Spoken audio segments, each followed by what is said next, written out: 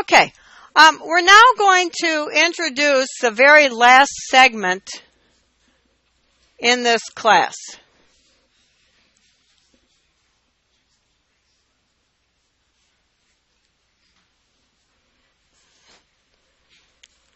So, we're going to start talking about gases, and we talk about gases separately in their own unit because they're different than liquids and solids in a lot of different ways. When we talk about gases, the molecules are individual and they're really, really far apart from each other, and they're not very dense. There's very few gas molecules packed into any particular space that they're occupying under most circumstances. Gases have an indefinite shape. What that means is they take on the shape of the container. So, when you look at a gas, if you could see the gas molecules, you would just see that there's lots of molecules far away and they're moving around. Now, most people's everyday experience with gases is in a balloon, right? You've all had a balloon at some point in time. And you blow the balloon up either with helium or with your exhaled breath. And you can take that gas and squeeze it. You can squeeze the balloon and reshape the balloon. Or if you took those classes, you can tie the balloons into dogs and hats and all sorts of things like they do in the restaurants, right? You've seen some of those balloon artists. And as you're doing that, the gas takes on the same shape that the balloon has. Then if I untie the balloon and let the gas go out in the room, the gas fills the room. It spreads out indefinitely and it mixes in completely with the other gases in the room. So they can expand, they can compress, and they mix in. So I have a little demo to show you about how gases mix. This is some stinky perfume that I found. It's Musk by Jovan. And what I'm going to do is just spray this perfume up here where I'm standing. Now, this is a little container called an atomizer. And, okay, I can smell it. I'm spraying quite a bit up here. Now I have a large amount of perfume that's sprayed right where I am. So, I sprayed it and it's now going into the gaseous state in the room. I'm not going to move, but you're going to be able to smell this perfume very shortly because it is expanding to fill the space that I sprayed it in. Pretty soon it's going to fill this entire room. Now, I used to work for profit before I started teaching, and there was this guy that worked in the lab with me, and he was a nice-looking young guy, and he smelled really great. I didn't know what kind of cologne he wore, but he smelled great. And you would walk in the room, and can you smell it yet?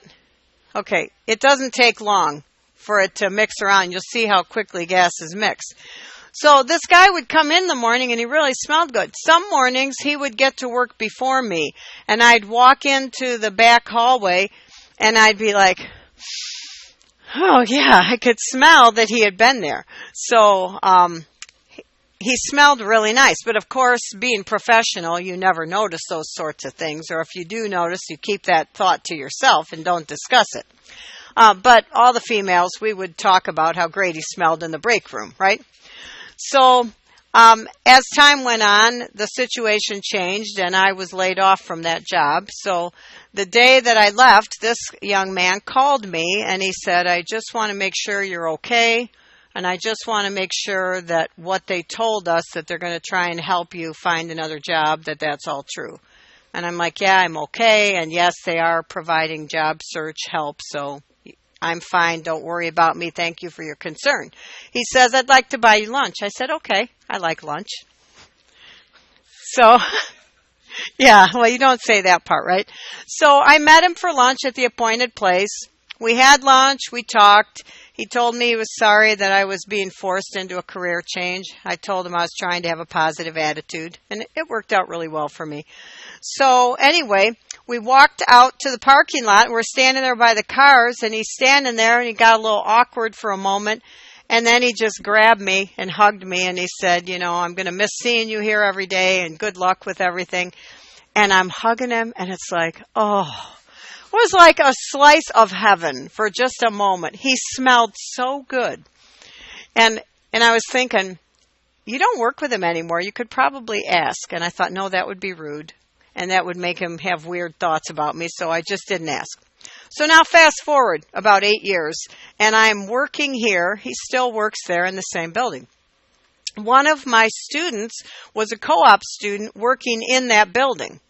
So I'm telling the story in class because using the example of how gases move and spraying the cologne, I was telling this story, and all of a sudden my student just shouted out, "Oh, I know exactly who you're talking about. She says the guy's name." The cologne's choking me. And I'm like, don't say his name. You cannot say this person's name and have me talking about him like this in an unprofessional way. She's like, but I know who he is. He smells so good. And I'm like, I know he does. So next day that she comes to class, it's like 2 days later. "Good morning, class. What questions do you have?" Her hand goes up, and I'm thinking, oh, help me, dear God. And she says, "It's Polo." I said, "What?" I asked him what kind of cologne he wears. "It's Polo for men." So, you bet. I stopped at Fashion Square Mall on the way home. It was Hudson's at the time, and I went in there to Hudson's, bought the cologne, went home and sprayed it all over Bob. He's like, "What are you doing?" I'm like, "I'm spraying you with cologne." He's like, "I can see you're spraying me with cologne." "Why are you spraying me with cologne?" "Because it smells really good." It did. It still smells good on Bob, but it's not quite the same because, fragrance is personal. So anyway. But now can you smell it so that you've experienced the rapid movement of gases? Can you smell it in the back of the room now? Really? Wow. Oh, yeah, we may have too much air handling in here for that. If you come up here, you can smell it, and it's moved all around this area, not just where I was spraying it. So, they take on the shape of the container. They expand readily because they fill the space. We can compress gases almost infinitely. If you start squeezing the gas together, you can compress it until it becomes a liquid. And they have low densities, and they mix completely with other gases in the same container. So that's different than liquids and solids. Now, when we talk about gases, we talk about the pressure that a gas has, and pressure is defined as force per unit area. We will talk a lot about atmospheric pressure. Atmospheric pressure is the force that the air has on us due to gravity.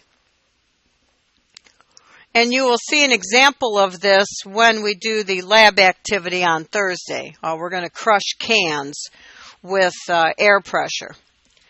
When we're talking about the atmospheric pressure, we measure that with a barometer. And we have one in the room across the hall. So if we need to measure the pressure, we have to go to that lab across the hall. When we talk about the barometer, the most simple barometer was the Torricelli barometer, and it starts off with just a pool of mercury liquid. Mercury is a liquid metal. It's very, very dense, so it's quite heavy when you pick these things up. And coming out of this puddle of mercury, you have a long, skinny tube. This tube has had all the air removed from there, so there's a vacuum in that tube. Then what happens is, as the air pushes down on the mercury, it causes the mercury to rise up in the vacuum in the tube.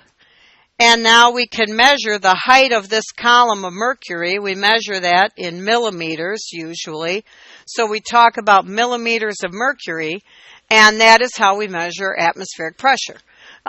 It's using a barometer, and sometimes you'll hear, like on the Weather Channel, they'll say, well, the barometer is dropping. And I think to myself, that's not true. The barometer itself is not dropping. No one's throwing the thing that contains mercury on the floor. The level of mercury inside the barometer is what's dropping. They don't speak clearly of those weather guys, all right? So we'll talk more about these units, but we talk about millimeters of mercury, torr, and atmospheres when we're dealing with gases. Now, gases have a pressure that is due to the molecular motion and the collisions that they're experiencing because they're bumping into themselves. So when we measure the gas pressure, we don't measure the pressure in a vessel with a barometer because it's hanging on the wall. We measure in something called a manometer, but we won't really get into how we do that in Chem 101. So we use 3 different units for pressure in most of our dealings in chemistry.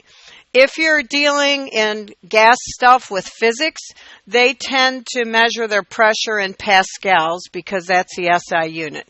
We use atmosphere, torr, and millimeters of mercury. The atmosphere, we abbreviate this ATM. And on Earth, the pressure is defined as 1 atmosphere at sea level. So if you go below sea level, if you live in New Orleans and you go below sea level, then the pressure is higher. And if you go to places up in the mountains where you're further away, higher than sea level, the atmospheric pressure is less. That's why it is more difficult to cook in the mountains. Did you know this? That you have to cook foods longer because water boils at a different temperature because of the reduced pressure. We talk more about that stuff in Chem 111. We measure on a barometer in millimeters of mercury, and the first barometer was invented by an Italian scientist named Torricelli. So the millimeter of mercury that we measure has also been given the name of the torr. And 760 torr are equal to 1 atmosphere. Also, 760 millimeters of mercury is equal to 1 atmosphere. So 760 torr is equal to 760 millimeters of mercury because they're both equal to 1 atmosphere. So 1 torr is the same as 1 millimeter of mercury, and people often use them interchangeably. So you may see any of these units. Now, this relationship is something I expect you to remember, and these are exact numbers. So there's exactly 760 torr in 1 atmosphere.